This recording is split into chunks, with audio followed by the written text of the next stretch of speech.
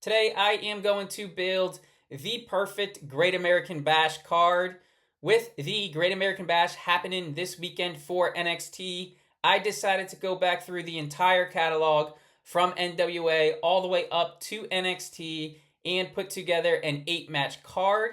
For building this card, I have given myself some guidelines I must follow, with the first being it must be 8 matches long. My second guideline is that whatever my opening match is, it must have opened a Great American Bash card, and the same goes for my main event. Whatever my main event is, it must have main evented a Great American Bash card. My next guideline is that of my 8 matches, only 4 of them can be championship matches. And those 4 championship matches must be a World Heavyweight Championship, a Mid Card Championship, a Tag Team Championship, and a Women's Championship. So those are my guidelines. 8 matches long, 4 championship matches. The opener must have opened a Great American Bash, and the main event must have main evented a Great American Bash. Before we do jump into this, I will say this was actually pretty difficult to put together. The earlier NWA Great American Bashes were either tough to find or tough to find in their entirety. They would also use the Great American Bash name to go on tour. So in the earlier years, there would be multiple Great American Bashes every year. So that made it a little difficult. And they also would have so many mid card championship matches on their card. And a lot of their mid card championship matches would include guys who would either main event a Great American Bash later on, they would be in a world championship match, they would be in a tag team championship match. So that made it a little difficult, but I guess that's a good problem to have if your mid-card championship scene is littered with future main eventers. That's a good thing. But I did decide on 8 total matches. So let's just jump right into it. My opening match is going to be Booker T versus Chris Benoit in their Best of 7 series finale at the Great American Bash 1998. Again, we will have 4 non-championship matches, and I want some of my non-title matches to have some meaning to them without having to have a title on the line. And this one certainly had some meaning to it. It was a Best of 7 series that was tied 3-3, and the winner would go on to challenge for the WCW World Television Championship. So some stakes in this matchup, giving it some more meaning. This was a younger Booker T, more of on the come up rather than being one of the focal points of one of WCW's younger guys. So this was him more on the come up. In researching for this video, I did find a interview with Booker T where he mentions that he thinks this is his greatest rivalry of his career. This is kind of what he was most proud of.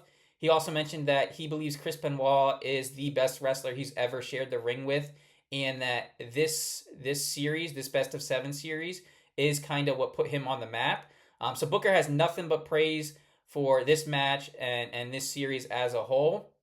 And then for Chris Benoit, obviously the way his life ended, it kind of tarnished his legacy. But as a professional wrestler in the ring, there were not many better. Chris Benoit was incredible in the ring. He got the best out of everybody he faced, and almost all of his matches were absolutely outstanding. He was one of my favorite wrestlers to grow up watching, and this matchup is a solid one.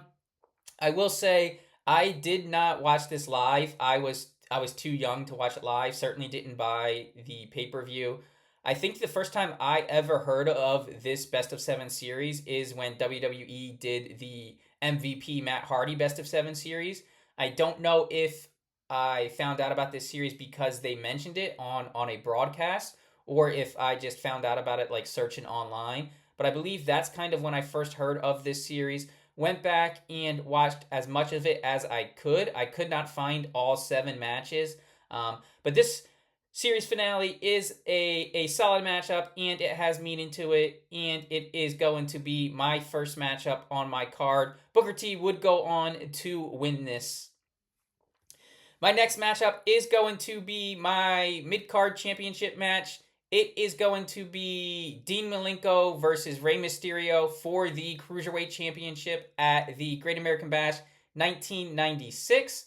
This was Rey Mysterio's WCW debut, and that just tells you the hype that Rey Mysterio had behind him. His first matchup in WCW was for a championship, and it was on a pay-per-view, so he had so much hype going into this. He was only 21 years old at the time, and this was exactly what you would expect out of a young Rey Mysterio. Rey Mysterio did Rey Mysterio things. Dean Malenko shined as well. WCW did a real good job of showcasing the cruiserweights and smaller guys in this time period, and this match did exactly that. Tremendous matchup, and Dean Malenko would go on to win here, and it was a high-paced, it was what you would expect out of Rey Mysterio versus Dean Malenko, but a really good match, and our first championship match. Our next matchup is going to be Chris Jericho versus Shawn Michaels from the Great American Bash 2008. And anytime I'm able to get Chris Jericho versus Shawn Michaels on my card and it not be for a championship, I'm going to take that every single time. Chris Jericho, Shawn Michaels, two of the bigger names in pro wrestling history, and two guys who are very good in the ring. And this was the time period where they would have their really good rivalry. The world title would be on the line eventually in this rivalry, but not here. So while it's not on the line, I am going to take this matchup. Chris Jericho, I would say probably 2015, 2016-ish, I would have had Chris Jericho in my top 5 favorite professional wrestlers ever. With the stuff he's kind of done recently, I don't think I would have him there anymore. I don't want to say it tarnished his legacy for me, but it's certainly I just have not been a fan a lot of what Chris Jericho's been doing recently. But Chris Jericho in this time period, outstanding. Shawn Michaels, always outstanding. And this is a matchup I would want on my card any time. Next, we move to our women's championship match. And this was so hard to choose.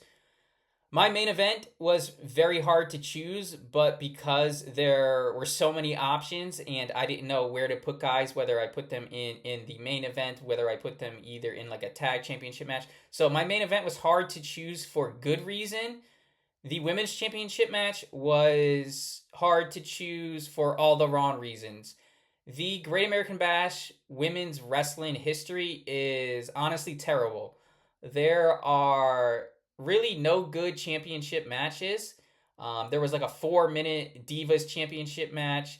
I think it was between Michelle McCool and I want to say Natalya. And that was to crown the first ever Divas champion. They had a lot of bra and panty matches. They had a Sable versus Tori match. That one, the title wasn't on the line. But there have not been great women matches on the Great American Bash. The best women's match in Great American Bash history is probably Sasha Banks versus Io Shirai, but that wasn't a championship match, and it was also a main event, and I'm certainly not going to have that main event my card.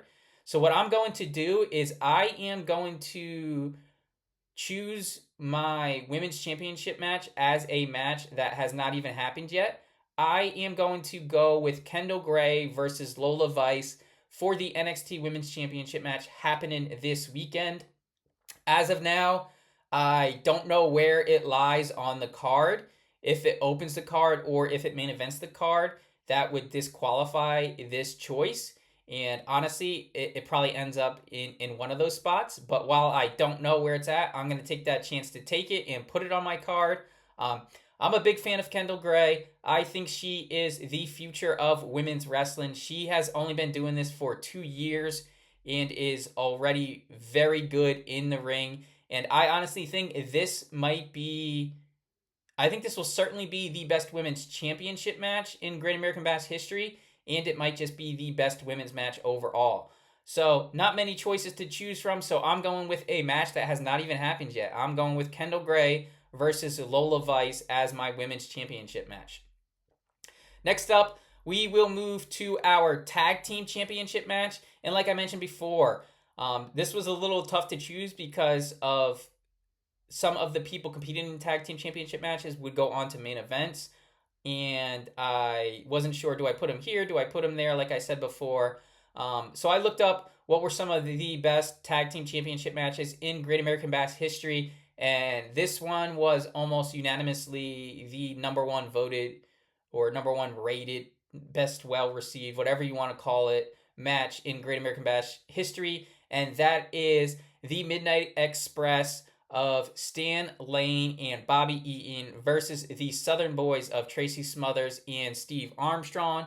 And it was for the NWA United States Tag Team Championship, I believe, from the Great American Bash 1990. And I've never seen this match before, so when I looked up what were the best tag matches, this popped up. I watched this, and it was outstanding. I follow a lot of accounts on Twitter where they post like a bunch of old wrestling videos, and a lot of the times it's of tag team wrestling. And the tag team wrestling back then is completely different to tag team wrestling today. Tag team wrestling today, it's a lot of one guy gets in the ring, he does his stuff, he tags out, the other guy gets in the ring, he does his stuff. And it doesn't really feel, a lot of tag teams don't really feel like teams. Whereas pretty much every tag team back then, there was so much like tag team chemistry, if you want to call it that. Tag team maneuvering, using the rules to your benefit, sneaking behind the ref, stuff like that. And this match had all of that. The crowd was chaotic. The match was chaotic. The crowd was into everything they were doing. And this was just a great match overall. I'll probably honestly watch it again sometime real soon, just because that was the first time I watched it. I want to see if I watch it again and I still enjoy it as much. But this was a great match. Midnight Express would go on to win here, but that's going to be my tag team championship match. Midnight Express versus the Southern Boys from Bash 1990. We are going to stay at the Great American Bash 1990 for my next matchup. And my next match is going to be the Steiner Brothers versus the Freebirds from Bash 90.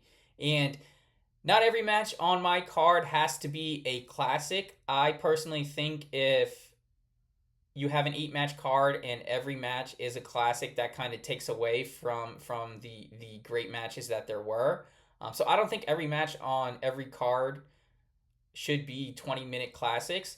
And I'm choosing this one mostly because of the star power. It was a solid match. It was even a good match. But the Steiner Brothers versus the Freebirds. Steiner's one of the most recognized tag teams in wrestling history. I didn't get to grow up watching them, but they look great. They, at the time, for being the size they were doing real innovative stuff, especially Scott Steiner. And then the Fabulous Freebirds. I knew of the name, the Fabulous Freebirds, when I was a kid, before I even saw them or knew who they were. So it was a name that even when I was growing up that I recognized, being a professional wrestling fan. So obviously a big star power name there as well. So that's what I'm going to go with. Steiner Brothers versus the Freebirds from Bash 1990 as one of my non-title matches. Now we get to the difficult part. All I have left is my final 2 matches, and one of them has to be my World Championship match. And I desperately wanted to choose Terry Funk versus Ric Flair as my World Championship match, and it would have been my main event as well. Did not go with that, and I might regret that because it was great. I just watched it probably like 2 days ago. The match was great. The aftermath of the match was amazing as well. They brawled with Sting and Muta, and all it did was make me want to see more of it. It made me want to see more of Terry Funk and Ric Flair, and it made me want to see more of Sting versus Muta. And then even as a tag team, it made me want to see Flair and Sting versus Muta and Funk. And if your main event just makes someone want to see more of it, that was a successful main event. And then even afterwards, you had Ric Flair cutting a promo with his bleach blonde hair, blood on his face, mist on his face, and everything about this was great. I, however, did not choose that as my main event because I will be using Ric Flair in a different main event match. So my next matchup is going to be for my World Championship match, and it's going to be Vader versus Sting from the Great American Bash 1992. And when I think of the Great American Bash, Sting is honestly one of the first people who pops into my mind, so I certainly wanted to have him on my card here. And Vader, I'm just a big fan of Vader. I have not watched as much as Vader as I should. I need to watch more. But everything I've watched of Vader, I have completely enjoyed. And this was another one of those. This was an outstanding match. And out of all my matches on this card, this might be my favorite. We'll get to my main event, but this might be my favorite match on the card. Sting versus Vader, Bash 92. Vader would go on to become world champion here. But it's just a great matchup, and I wanted Sting on my card, and I'm a big fan of Vader, and it frees up some space for what I am going to do in my main event. So let's just get right to that. My main event is going to be War Games from the Great American Bash 1987 of Road Warriors, Dusty Rhodes, Nikita Koloff, and Paul Ellering versus the Four Horsemen of Flair, Arn, Tully, Luger, and J.J. Dillon. This was the first ever War Games, and that is even more so why I chose this. If I would have chose Funk Flair, my second to last match would have been the War Games on that same pay-per-view. But I went this route instead, a lot because of it being the first War Games. I remember when I was growing up and the Elimination Chamber was going to have its first match, I was so enthralled with it. I was like, man, what is this going to be? This is going to be amazing. This is going to be outstanding. I don't know what to expect. And I can only imagine what people were thinking back in 1987 when the first War Games were happening. I personally am not a big fan. I think I'd say I'm just not a fan in general of the current War Games for a lot of different reasons, but this was kind of the exact opposite. This looked dangerous, this looked dirty, this looked grimy, chaotic, messy, whatever you want to call it. This looked like the way I think War Games should look, and the crowd for this was insane. If they anytime a babyface got any offense in, or anytime a babyface entered the match, the crowd would just go nuts. When Dusty, when there was like desperation spots for Dusty, the crowd would just be cheering him on. The footage I watched of it, I don't know if it was the actual broadcast footage, but you could barely hear the commentary team over the crowd. But yeah, this match was what War Games should be. It looked violent, it looked dirty, it looked like a fight, unlike the kind of War Games of today where, again, I'm not a big fan of. But if War Games looked like this every time, I would be into War Games. So that's it. That is my perfect Great American Bash card. Let's just go over it quickly one more time. My opener is going to be Booker T versus Chris Benoit in a best of 7 series finale. My first title match is going to be Dean Malenko versus Rey Mysterio for the Cruiserweight Championship at Bash 96. Then we move to Chris Jericho versus Shawn Michaels at Bash 2008. And then we go to my women's championship match, Kendall Gray versus Lola Vice for the NXT Women's Championship match this weekend. It has not happened, but it's made my perfect Great American Bash card. Then the tag team championship match of the Midnight Express versus the Southern Boys. Then we got the Steiners versus the Freebirds from Bash 90 as well. Our world championship match is Vader versus Sting. And then our main event is the first ever War Games of Road Warriors Dusty, Koloff, and Ellering versus the Horsemen. That's it. That's my perfect Great American Bash card. Let me know what you think. Let me know what I forgot. Let me know where I messed up. Should it have been Flair Funk? Maybe. But this is what I finalized on. So that's it. Perfect Great American Bash card, and I will see you in the next one.